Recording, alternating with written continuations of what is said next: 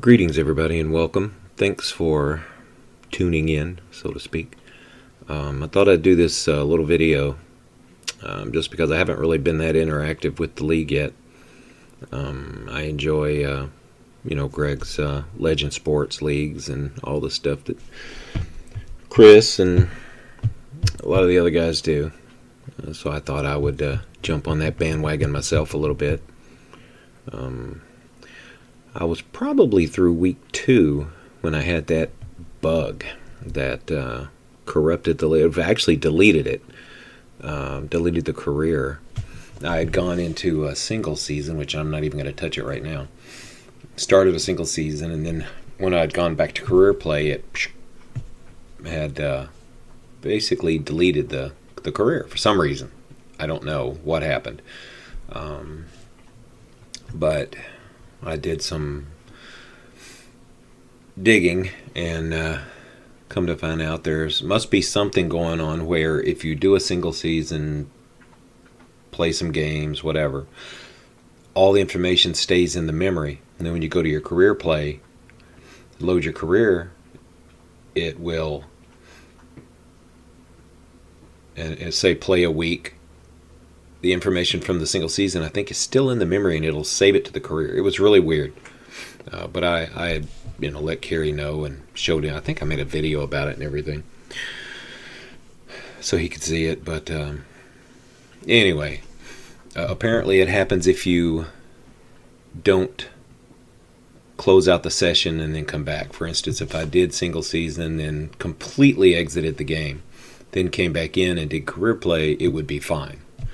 So apparently the memory clears once you exit the game. But if you do jump back and forth during the same gaming session between single season and career, it'll do that, or it can. It did to me. I was able to repeat it constantly. So I don't really play a lot of single season anyway. Usually I just play quick play games or a career. So it's not that big a deal. But I mean, it is a bug that's there. So hopefully nobody else falls victim to it. But anyway, point is that caused me to have to recreate the career or reboot the career.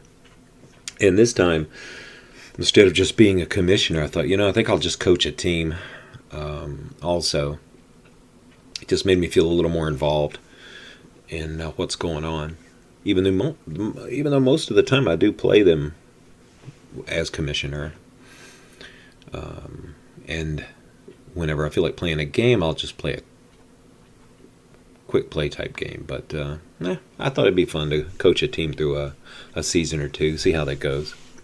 Wasn't sure which team to take, so I ended up picking Orlando because they always seem to not do all that well when I would do like a little test run through a career, a season or two, just to check the team for any imbalances or anything. Maybe one or two teams might be so overpowered they go undefeated, and it's a 10-week season, so it's not hard for a team to go undefeated. If the NFL played a 10-week season, there'd have been a lot more undefeated teams in its history. But I chose Orlando, and not doing too hot right now. 1-2. Week 3 game, I ended up letting the computer control the team. I just simmed it because I had played the game out till about 30 seconds left in the game and was down by 6 and was driving, and I don't know what happened. I don't know. I must have saw something shiny. Dog must have bumped my leg. I don't know. It's excuses. But I selected field goal. I was down by 6. I was across the 50, and it was 4th down. The only thing to do is lob it, because you needed the 6 to tie and an extra point to win. And I clicked field goal and sat there watching the little guy kick, and thought, oh my God, I can't believe I did that. So I exited and chose to delete, and not keep the game, and then just let the game sim it. Because I don't even think there's a way to explain that away. I guess if you're really stretching, you could say, well, I figured if I kicked the field goal and got to 3, we could make an onside kick, get the ball back, and then kick another field goal, or get a touchdown and win. There's no real way to explain that away, so I just couldn't leave it in there. So I went ahead and just deleted that game and let the computer sim it. The computer lost, so hey, I deserved to lose anyway in that game. I was playing terrible. The computer actually did a little bit better coaching the team, but overall, Orlando's pretty rough. Beat Detroit, but I'm not really overly proud of that win because apparently Detroit's not very good. The Sabres are 0-3. Lost to New York, not a bad team, and Chicago, of course, lost either way, whether it was the one I was trying to play myself or the one the computer coached.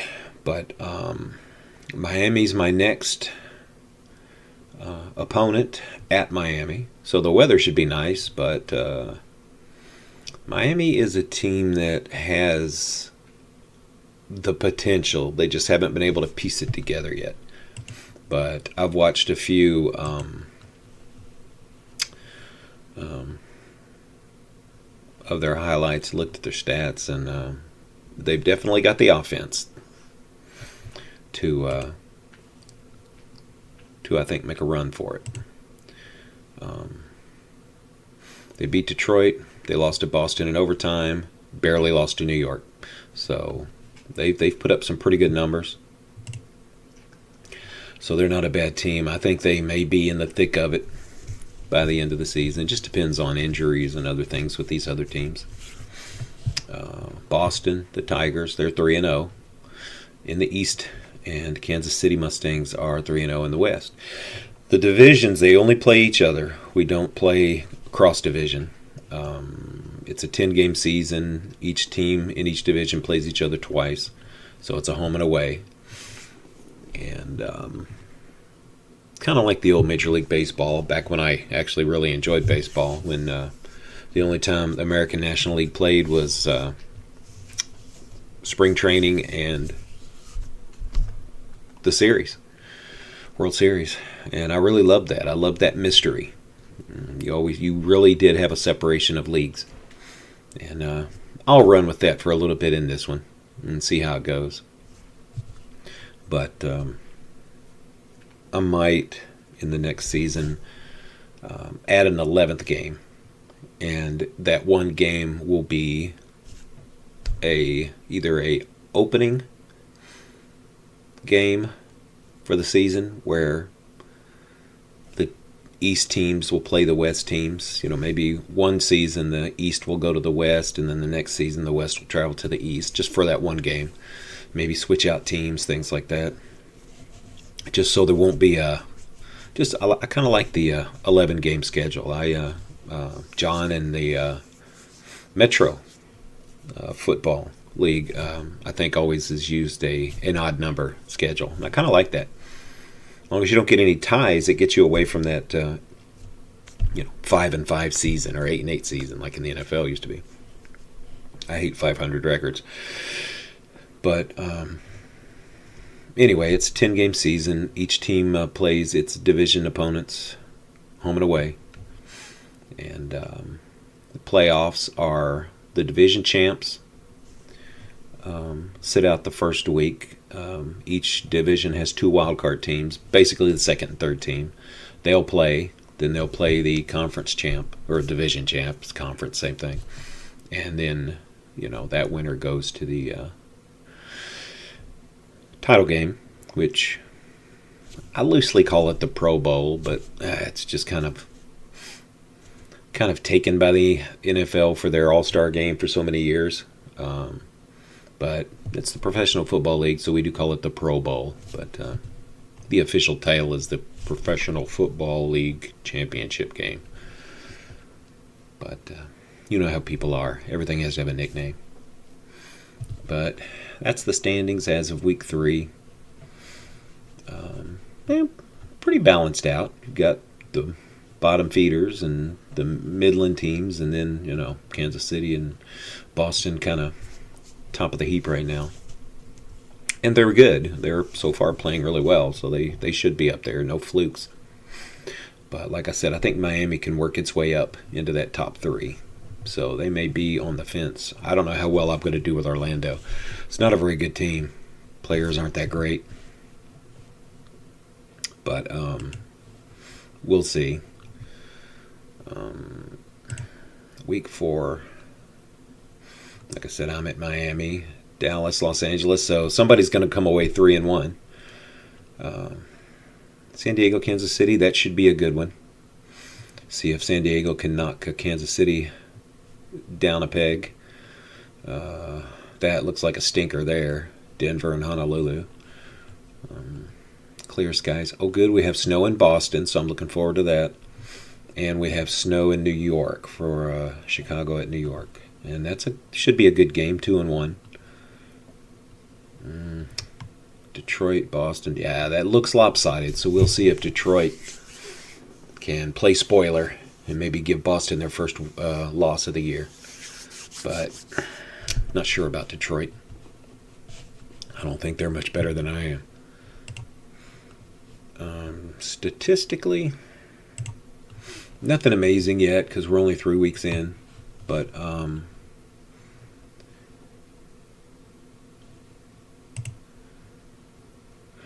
quarterback rating, most of these quarterbacks are kind of hovering, regardless of the category. They seem to be hovering around the top 10, 12 at their position.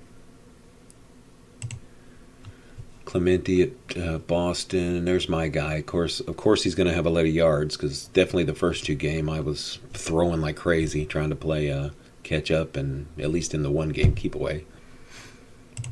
And there you go. See Miami. The quarterback Tyler Arnold. He's got 5 touchdowns, no interceptions, an 82-yard one for a touchdown. He's good. That's a good team. They just haven't put it completely together. But you can tell by watching them they've got what it takes. So I'm going to keep an eye on them. Nothing else really stands out. For a winning team, that's pretty crappy right there by Clemente from Georgia. But 2 touchdowns, 4 interceptions, I think it said, yeah. But nothing amazing there. Rushing, yardage leader, I don't know. You won't really see 1,000-yard rushers in this league probably. Your top rusher might have 7, and if you have a runaway guy, he might have 8. I have seen 1,000-yard rushers in a 10-week season, but it was usually one guy that just ran away with it that year. By and large, the top rusher will probably have between 600 and 800 yards. 8 would probably be a really stellar season. But again, your yardage leader, Cornelius Chastain for Miami. They got a good quarterback, got a good running back. So I'm keeping an eye on them. I don't think I have anything. Yeah, my fullback is our leading rusher at 99 yards. It's not good. Not looking good for us right now. It's not a very good team. I am looking forward to the draft and the free agency. Assuming I have it turned on. Don't remember if I turned that on or not. I was going to do, and I tested it out in a couple of test leagues or careers where I would leave the free agency off for a few seasons, maybe like 3 seasons, and then turn it on. And maybe simulate movement of players, like contracts running out, and all of a sudden they're leaving. It was all right. It wasn't that big a deal. I almost think I like it better with it turned on because at least that way each postseason you have some players moving around. You might be able to get your hand on a couple of good players. Only thing is I hate when you have a really good player on a team and then he becomes a free agent. I would hate to see either one of those top guys for Miami there go away after one season. I'd like to see him with that team for at least maybe 3 seasons just to see if they can or any team that's got a good core players to see if they can put together a good run. Receivers, yeah, of course, my Palumbo, him and my tight end Begay are pretty good, and I have another receiver that I go to every once in a while that's somewhat reliable. But of course, they're going to have a lot of catches because I'm throwing like crazy, trying to play catch up, and that's not surprising. This is not on purpose. Jimi Hendrix. That's a I didn't edit any of the names in this game. I mean, I used my own name file, the text file for player names, but I didn't change any of the names in game. So this was generated, and apparently Jimi Hendrix, who's 22, went to Central Arkansas. But first time I saw that, I thought that's pretty good. I don't think there's anything else interesting in there. There's my other tight end. He's really good. But yeah, that's about it. No names that really stand out. I don't know. There might be one or two that I can't think of off the top of my head, but the Jimi Hendrix was the most obvious. I actually did edit a few names. The Hawaii team, the Honolulu. I added a few Hawaiian specific names, so you would have a little bit of the local flavor there. Defense, that's not bad. Got a couple of guys with 3 sacks. Good mix of linebackers and defensive ends. A few interceptions, and it's only 3 games, so doesn't look to be any defensive touchdowns. Kickers, I usually don't pay too much attention to kickers until later on in the season, or unless they're really bad, and especially if they're on my team. Miami's, you'd have to say their kicker might be their weak spot. Extra points, everybody looks pretty solid. Just one guy, Kansas City's 410, he missed a kick. Looks like everybody else is perfect so far, but after 3 games, it's no surprise. He's not that great on field goals either. But punter, don't really care. Nope. Kick return touchdowns.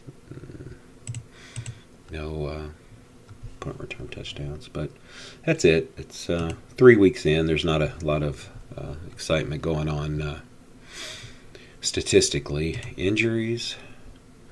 Let's see. Oh, that's painful. Sylvester Fine, defensive back for Dallas, is out for the season. The Stingers, offensive lineman out for 3 weeks, so keep an eye on that. I wonder which side of the line that is, and how good his replacement is. And my halfback, who isn't necessarily all that hot. My fullback actually gets most of the carries. He does better. But he's out 3 weeks, so and that was as of week 3. Great, lovely. And that is something that I because I don't think you can just jump into a free agent pool and pull a player in either. So I would love to see that added to the game. Even if they're not that good, it's just kind of fun to go out and grab a guy and throw him on the roster and stick your injured guy on the bench for a few weeks, and then decide if this dude you picked up is worth keeping. So my backup is Dennis Alanis. He's 22. He's a young buck. Overall 77. 7.72. Just strength is his only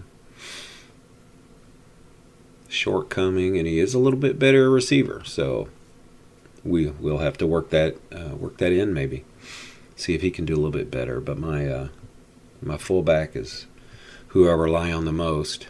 Pretty solid. Backup's not too bad. My tight end Begay is really good. I use him a lot. This is the wide receiver 3 that I throw to every once in a while.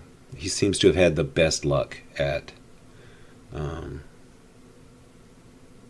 coming in and spelling these guys a little bit, giving them a break, and he actually is helpful. He's not just a body on the field.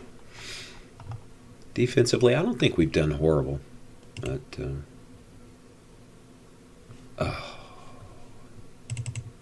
it does do that sometimes, and I'm not sure why. Kerry has talked about memory with the game, so I have a feeling sometimes it's just a memory issue, but fortunately there was nothing really in play. I don't think I've ever had it crash during a game. Maybe once during a quick play, but I don't even know if it was this version. It might have been the previous version. But my league rules for the league, we kick off from the 30. We do have fair catches. I don't get too crazy, so most things are pretty standard. Touchbacks are 20-yard line. Missed field goals at the line of scrimmage. Touchdown, first down. That doesn't matter. 1 points, I like kicking them from the 15. I hate kicking it when you see the extra point being kicked from, you can like reach out and touch the goal line. I like to move them back. Make it almost like kicking a short field goal. And of course, I've always loved the 2-point conversion. And then we go from the 3. I haven't really noticed that big of a difference in games that I've played. 12-minute quarters, I kept it low. It makes the game go a little bit faster. And I think still overall get good results. So that's a personal thing. And I've always played games at slightly shorter quarters than, the 15. 4 downs, 3 timeouts, 2-minute warning. Clock pauses on first. Yeah, I didn't include that. I love the variety of rules that Kerry gives us.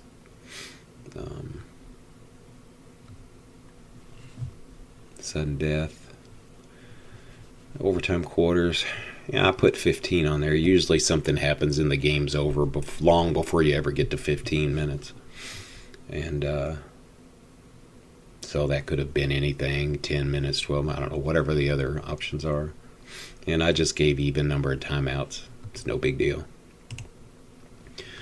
But that's about it, really, with the league. Heading into week 4. So a couple more weeks and I'll be at the halfway point. 10-week season goes by pretty quick.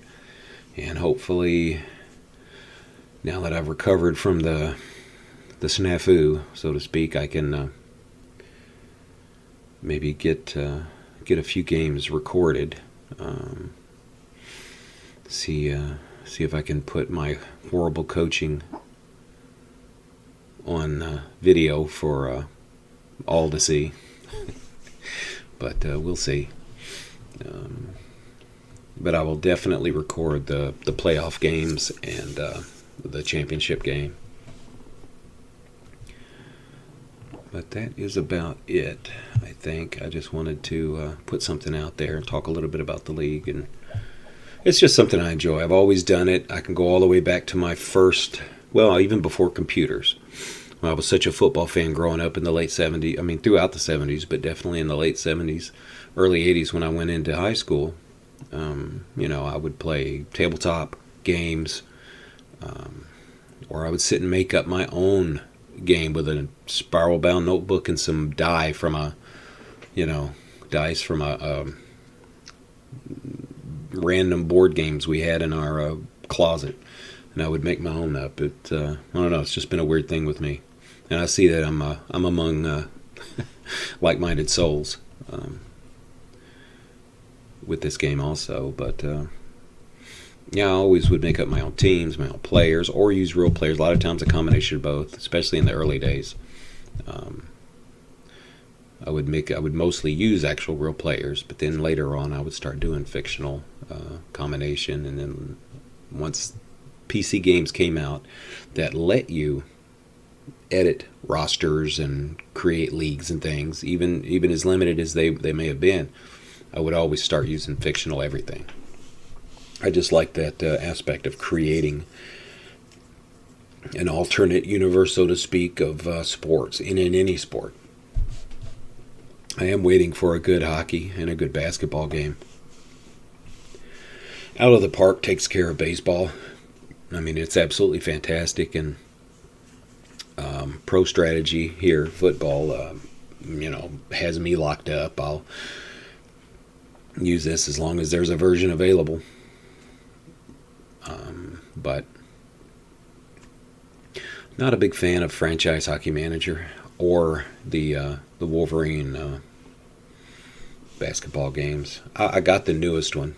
Haven't really dove into it. It's getting there. I think it's the one that's really close to where I would want to use it consistently. The on-court presentation's definitely a lot better now. A little closer. It's kind of like that. The baby steps that you saw Out of the Park take. They kind of are going down a similar path. But anyway, this is a great community, and I just wanted to I was going to do a career anyway, so I thought let me put it up there on YouTube, and people that like to spend a few minutes watching what or following what somebody else is doing, like I've always enjoyed. I can remember all the way back in the old Max football days following John's, Maxim Metro Football League.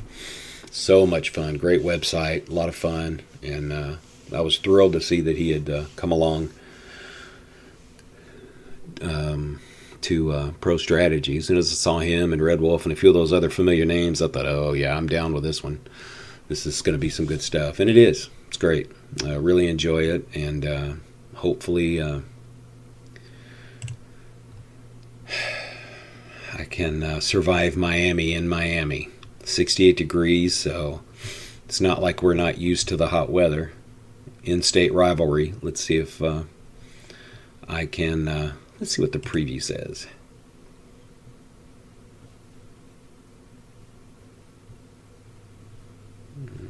Okay. Orlando overall 73. Oh, special teams. Yeah, I don't know. That it makes it look like we're